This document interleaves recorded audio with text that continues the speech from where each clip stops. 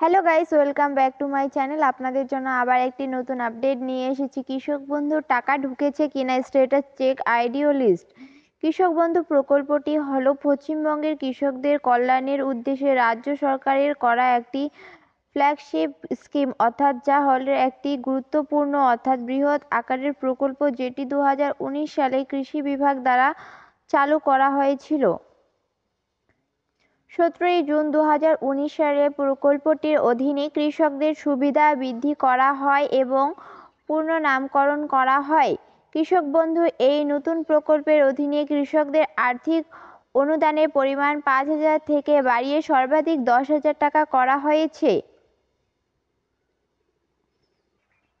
কৃষক বন্ধু প্রকল্পের মাধ্যমে সরকার কৃষকদের বিভিন্ন কৃষি উপকরণ যেমন শস্য বীমা, বীজ, সার এবং অন্যান্য উপকরণ ক্রয়ের জন্য আর্থিক সহায়তা এবং কৃষকদের অকাল মৃত্যুর ক্ষেত্রে তাদের পরিবারগুলিকে আর্থিক সহায়তার মাধ্যমে সামাজিক নিরাপত্তা প্রদান করে থাকে। এছাড়া ফসল ও পশু সম্পদগুলির জন্য বীমা কভারেজও প্রদান করে।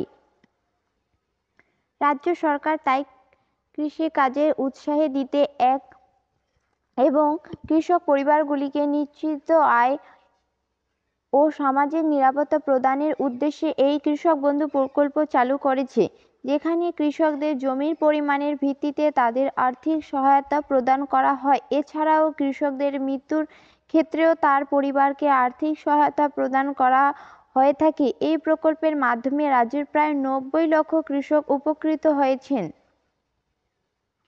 কৃষক বন্ধুর টাকা ঢুকেছে কিনা কৃষক বন্ধুর লিস্ট চেক।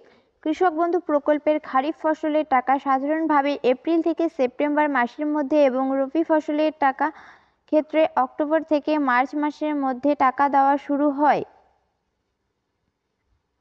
2021 ও 22 সালে খারিফ ফসলের টাকা দেওয়া হয়েছিল জুন মাসে এবং রবি ফসলের টাকা দেওয়া হয়েছিল ডিসেম্বরে, কিন্তু 2023 সালে এপ্রিল মাসে খারিফ ফসলের টাকা দেওয়া হয় এবং রবি ফসলের টাকা ডিসেম্বর মাসেই দেওয়া হয়েছিল। তাই চলতি 2024 সালে সম্ভাবনা আছে যে খারিফ ফসলের টাকা এপ্রিল মাসেই দেওয়া হতে পারে, তবে সরকারি ঘোষণা এখনো কিছু করা হয়নি।